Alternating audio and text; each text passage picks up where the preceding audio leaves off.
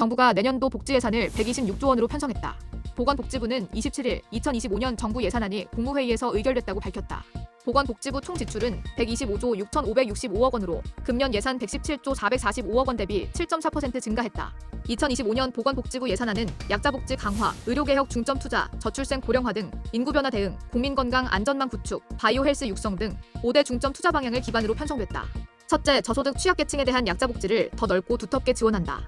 저소득층 최저생활 보장을 위해 기준 중위소득을 역대 최고 수준인 6.42% 인상월 183.4만 195.1만 원 4인 가구 플러스 11만 8천 원 하고 부양 의무자 기준 완화 등을 통해 7.1만 명을 신규 지원한다. 의료급여 보장성 강화를 위하여 건강생활유지비를 2배 확대하고 부양비 인하로 급여 사각지대를 완화한다. 자활사업을 확대하고 급여를 인상한다. 자활 성공지원금을 신설하여 일자리를 통한 취약계층 도약을 지원한다. 고독사를 예방하기 위하여 고독 사위기 대응 시스템을 구축하고 청년 고독사 위험군을 대상으로 사회적 관계 회복 등을 지원한다. 장애인 맞춤형 보호를 위하여 최중증 발달 장애인 긴급 돌봄센터를 신설하고 장애인 활동 지원 대상을 확대하며 최중증 장애인 맞춤형 의료 집중형 거주시설을 시범 도입한다. 또한 장애인 일자리 확대와 장애인 연금 인상도 병행해 소득 보장을 강화하고 장애인 개인 예산제 시범 사업도 본격 확대한다. 둘째, 의료개혁 5대 중점 투자 방향에 따라 재정 지원을 2배 이상 확대한다. 전공의가 수련과 교육에 집중하도록 수련 환경을 획기적으로 개선한다. 수련교육 비용과 인프라 개선 비용을 지원하며 필수 진료 과목 전공의와 소아진료 분만 분야 전임의 수당을 지급한다. 생명안전과 직결된 필수 의료 분야 지원을 강화한다. 달빛 어린이 병원을 2배 이상 확대하고 소아 전문 응급 의료센터를 확충하는 등 소아 의료 체계를 대폭 강화한다. 또한 암치료 역량 강화를 위해 소아암 센터 장비를 확충하고 양성자 암 치료기를 도입한다. 사는 곳에서 충분한 의료 서비스를 누릴 수 있도록 지역 의료를 확충한다. 권역 책임 의료기관 중환자실과 수술실 시설 장비를 현대화하며 지방 의료원 기능 강화를 위한 운영비도 지원한다. 계약형 지역 필수 의사제를 도입하여 지역 의료 인력을 확보한다. 환자와 의료인 모두를 위한 의료사고 안전망을 구축한다. 불가항력 무과실 분만 사고의 보상을 대폭 확대하고 필수 의료 분야 전공의와 전문의 보험료도 신규 지원한다. 필수 의료 분야 R&D 역량 강화를 지원한다. 의사 과학자 양성, 지역 주요 국립대 연구 인프라와 특화 연구 강화, 연구 중심 병원 육성 등 필수 의료 R&D 지원을 확대한다. 셋째, 저출생 고령화 등 인구 구조 변화에 대응, 생애 주기별 지원을 강화한다. 임신 사전 건강 관리를 위하여 필수 가입력 검사를 확대하고 영구 불임이 예상되는 경우 생식세포 동결 비용을 신규 지원한다. 취약계층 아동의 자산 형성을 위한 디딤 씨앗 통장 지원 대상을 차상위 가구까지 확대하며 보호 출산 아동을 대상으로 긴급 위탁 보호비를 신설한다.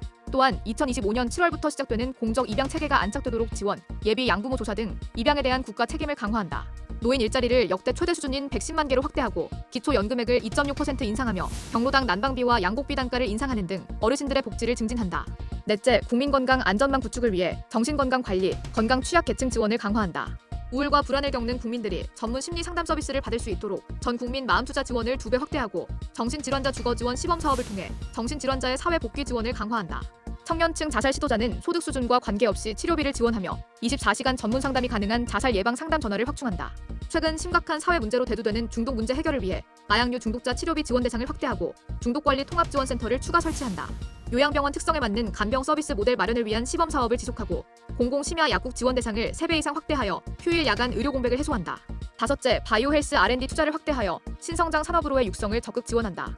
바이오헬스 R&D 예산을 금년 대비 17.8% 증가한 1조 원 규모로 확대, 바이오헬스 글로벌 중심 국가로 거듭날 수 있도록 적극 지원한다. 특히 첨단 재생의료 및 디지털 바이오헬스 분야 전 주기 지원, 지역의료 연구 역량 지원, 국가난제 해결 및 글로벌 협력 R&D 등에 집중 투자한다.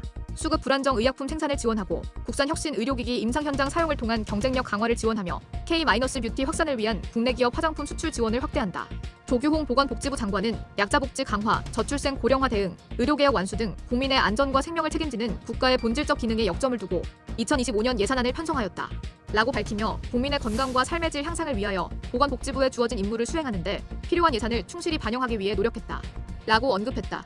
아울러 향후 국회 심의 과정에서 2025년 예산 사업 등을 충분히 설명하고 논의해 나가면서 국민에게 꼭 필요한 보건복지 정책을 수립해 나가도록 하겠다. 라고 강조했다. 2025년도 예산안은 국회 심의를 거쳐 올해 말에 최종 확정될 예정이다.